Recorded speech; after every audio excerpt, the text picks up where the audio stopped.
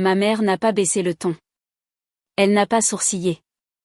Elle m'a juste fixé à travers la grille figée de notre appel Zoom familial et a dit « Nous ne voulons pas voir ton visage à sa remise de diplôme. » Sans pause, sans hésitation. Ma sœur a eu un petit sourire en coin dans son carré vidéo. Mon père a détourné le regard.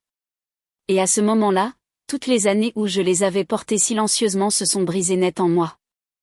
Je n'ai pas discuté. Je n'ai pas demandé pourquoi. J'ai simplement tendu la main vers la seule chose qu'il ne s'attendait pas à ce que je reprenne.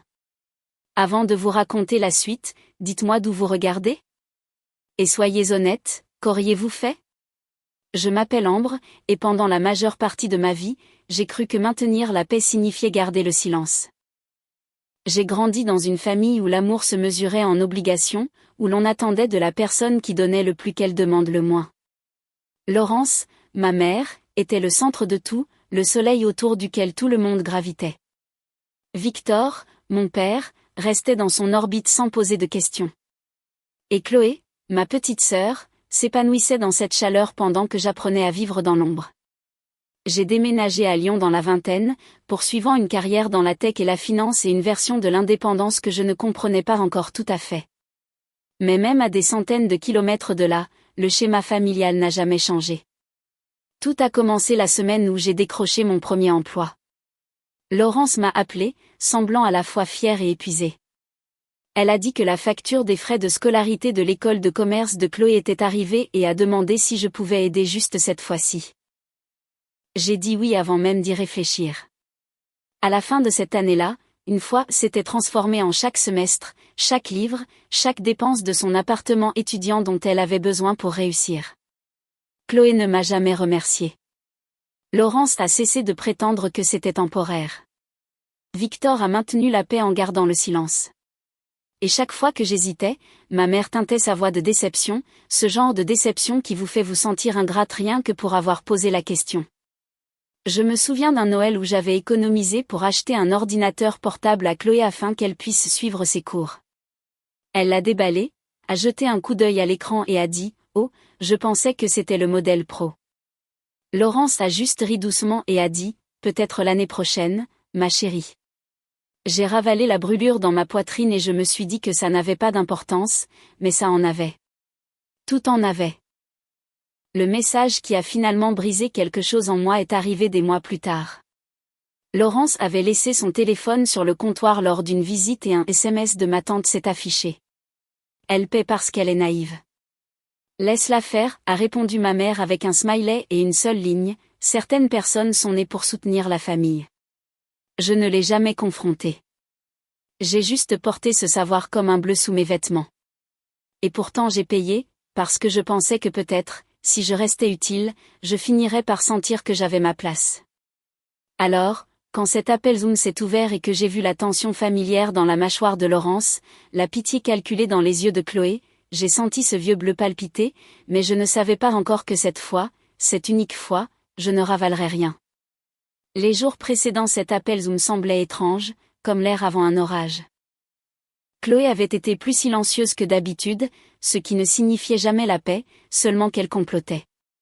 Laurence m'a envoyé une série de messages secs demandant si le virement pour le prochain cycle de scolarité était passé.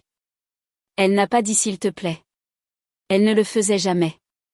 Je me disais que c'était normal, qu'aider était ce que j'avais toujours fait. Mais quelque chose dans ma poitrine semblait serré, inquiet. Le malaise s'est transformé en clarté lorsque ma banque a signalé une activité inhabituelle.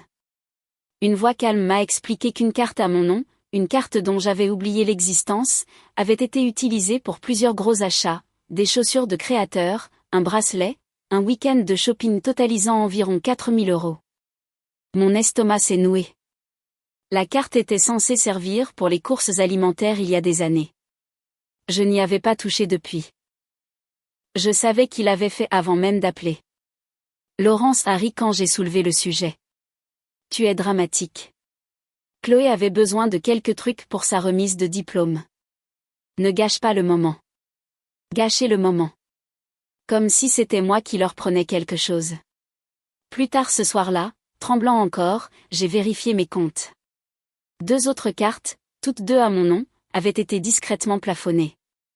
Des paiements que je n'avais jamais approuvés. Des abonnements que je n'avais jamais utilisés. Chaque débit renvoyé à l'adresse de mes parents ou à l'un des comptes de Chloé. Ma respiration est devenue courte. Ce n'était pas de la négligence. C'était de l'attente. Un sentiment de dû durci en habitude. Et puis est venu le coup de grâce. Une capture d'écran transférée accidentellement depuis le groupe de discussion de Chloé. Mon nom en haut.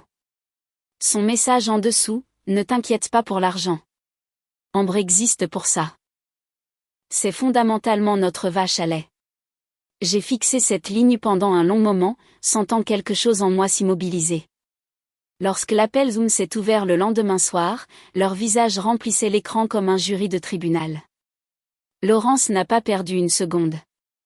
Nous ne voulons pas voir ton visage à sa remise de diplôme, a-t-elle dit, sa voix tranchante d'autorité. Chloé était assise d'un air suffisant à côté d'elle, les bras croisés comme si elle avait gagné le droit de me bannir. Ma gorge s'est serrée, mais j'ai gardé un visage calme tandis que Laurence agitait la main. Ce n'est pas à propos de toi. Ne ramène pas tout à toi. Chloé a besoin d'une journée paisible. Chloé a ajouté, ouais, tu rends toujours tout tendu. Reste juste chez toi. C'est mieux pour tout le monde. Victor regardait le sol et ne disait rien. Autrefois, ce genre de rejet m'aurait anéanti. Je me serais excusée, j'aurais essayé de réparer n'importe quel problème imaginaire qu'ils avaient créé. Mais l'insulte et le vol, les années de prélèvement silencieux, tout s'est mis en place comme une clé dans une serrure.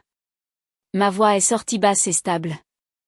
Alors vous ne verrez plus jamais mon argent. Laurence a cligné des yeux comme si les mots ne s'enregistraient pas. Chloé a pouffé de mépris. Mais je pensais chaque syllabe. Cette phrase n'a pas seulement quitté ma bouche. Elle a quitté une vie que j'avais fini de vivre.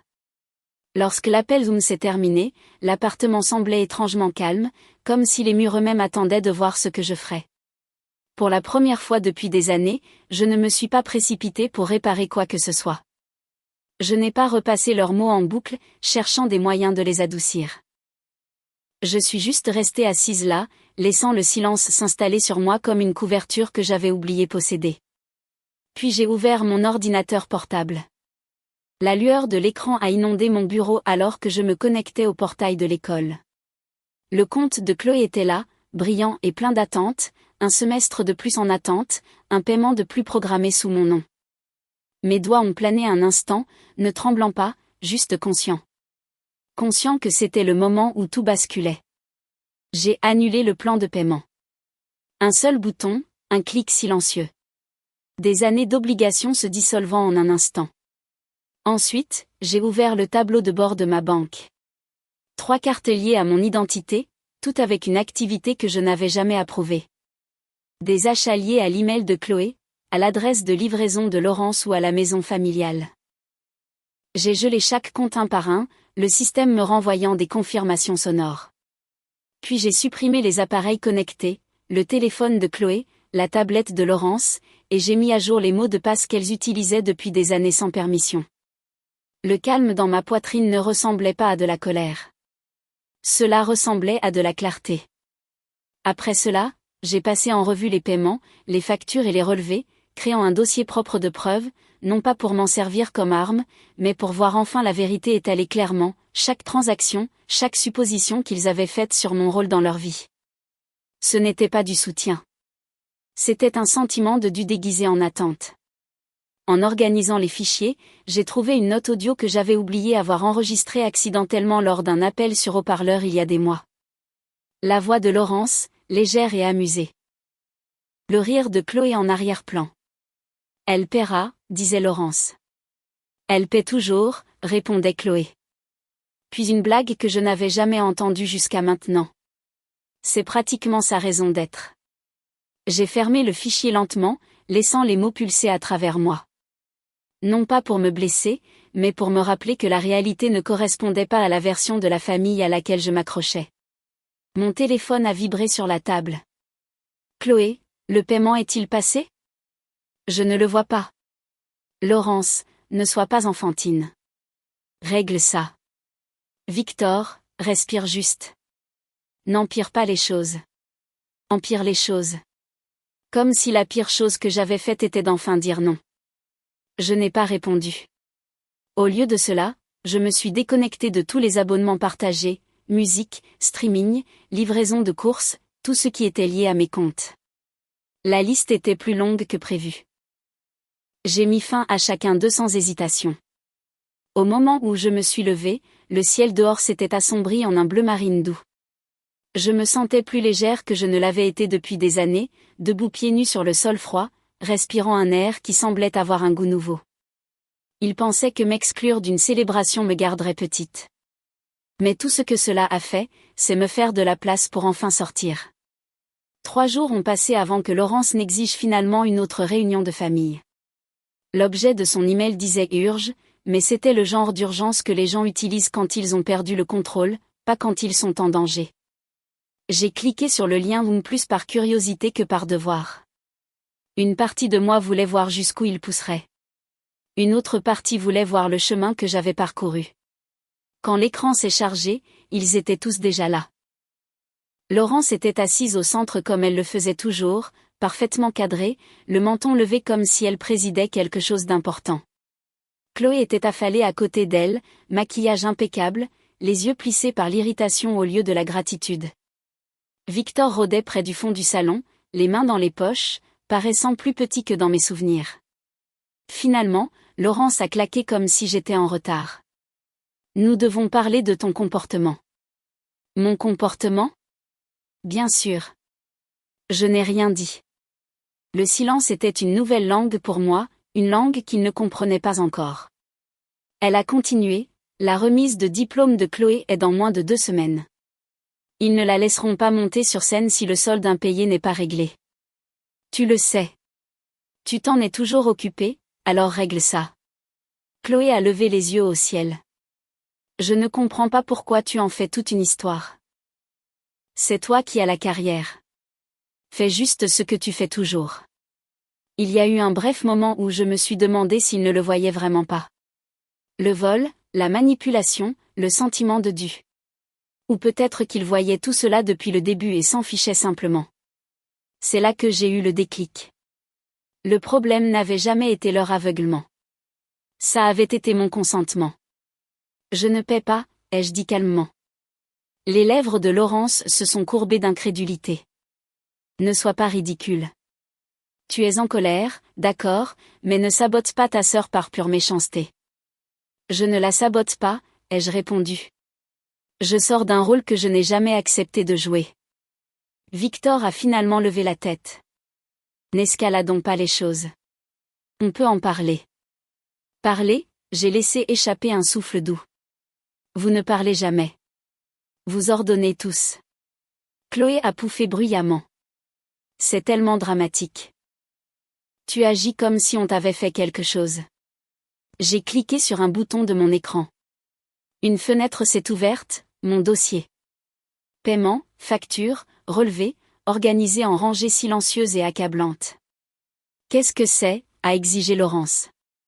La vérité, ai-je dit. J'ai partagé mon écran, laissant les chiffres parler en premier. Les achats non autorisés, les frais récurrents, les cartes liées à l'email de Chloé, les adresses de livraison correspondant à la maison familiale, la carte course uniquement utilisée pour des articles de luxe. La bouche de Chloé s'est serrée. Le visage de Laurence est resté rigide, mais une lueur de quelque chose, reconnaissance ou peur, a traversé ses yeux. Victor s'est approché de la caméra. Ambre, tu aurais juste pu nous parler. J'ai essayé, ai-je dit doucement. Pendant des années. J'ai cliqué sur un autre fichier. La note audio a joué. La voix de Laurence a résonné dans tous nos haut-parleurs. Elle paiera. Le rire de Chloé a suivi. Elle paie toujours. Puis la phrase qui s'était enracinée en moi comme une écharde. C'est pratiquement sa raison d'être. Quand l'enregistrement s'est terminé, personne n'a parlé. Même l'assurance théâtrale de Chloé a vacillé. Laurence a retrouvé sa voix la première. Je n'arrive pas à croire que tu nous as enregistrés. Je ne l'ai pas fait. J'ai dit que c'était automatique. Mais j'ai écouté. Chloé a croisé les bras étroitement. Tu donnes à ça des proportions énormes. Proportions, ai-je répété. Tu as volé mon identité. Tu as utilisé mon crédit. Tu t'es fait passer pour moi pour rétablir le plan de paiement. L'école m'a envoyé un email à ce sujet. Ça a frappé fort. Les joues de Chloé ont viré au rouge. C'était un malentendu. C'était de la fraude, ai-je coupé, toujours calme. Et je choisis de ne pas porter plainte. Pour l'instant. Le sang-froid de Laurence s'est fissuré. Porteur plainte contre ta propre sœur? Qu'est-ce qui ne va pas chez toi? Ce qui ne va pas, ai-je répondu, c'est que tu l'as élevée en lui faisant croire qu'elle pouvait le faire. Victor a finalement parlé, à peine au-dessus d'un murmure. Ambre, on ne savait pas que c'était allé aussi loin. Si, vous le saviez, ai-je dit. Vous ne vouliez juste pas l'arrêter. Laurence a claqué sa main sur la table. Assez. Tu ne vas pas détruire cette famille à cause de quelques malentendus. Chloé mérite son moment. Tu nous le dois aussi. Je me suis penchée en avant, la voix basse et stable. Je ne vous dois rien. La phrase les a frappés comme une force physique. Chloé a cligné des yeux rapidement. Alors, tu vas juste me laisser avoir l'air stupide le jour de la remise des diplômes? Tu es une adulte, ai-je dit. Ton éducation est ta responsabilité. Laurence a secoué la tête, furieuse. Tu as changé. Ce n'est pas toi. Non, l'ai-je corrigé. C'est moi sans votre script. Pendant un moment, l'appel est tombé dans un silence complet. Le genre de silence qui révèle tout ce que les mots ont essayé de cacher. Puis Laurence a tenté une dernière tactique, sa plus familière. Si tu pars maintenant, ne t'attends pas à ce que cette famille t'accueille à ton retour. J'ai senti la peur monter, la vieille panique conditionnée de les perdre. Puis elle s'est estompée, remplacée par quelque chose de plus fort. Je ne tourne pas le dos à ma famille, ai-je dit. Je tourne le dos à des gens qui n'ont jamais agi comme tels. Chloé s'est levée brusquement, renversant quelque chose. Tu es égoïste, ingrate. Tu as toujours été jalouse de moi.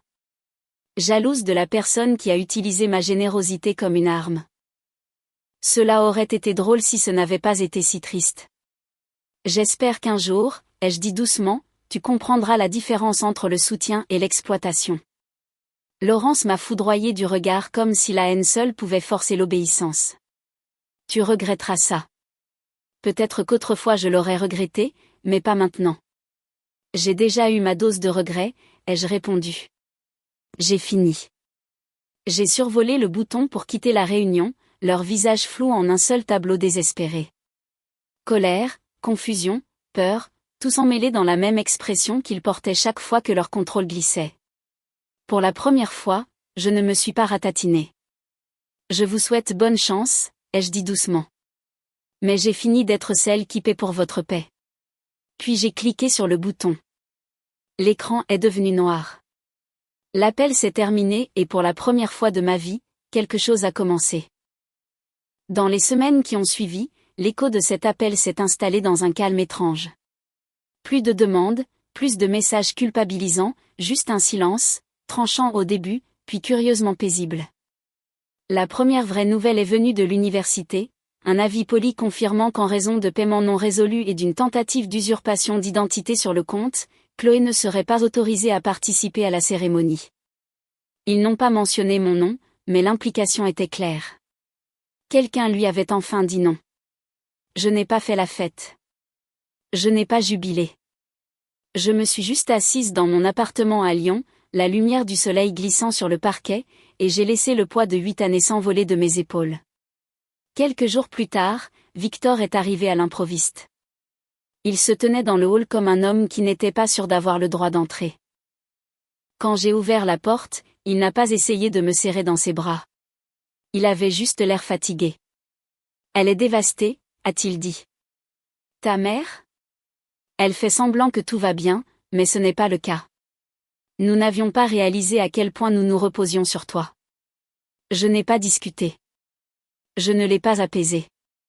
J'ai simplement dit, vous vous reposiez sur moi parce que je ne me suis jamais écartée. Il a hoché la tête lentement. Est-ce que tu reviens? J'ai secoué la tête.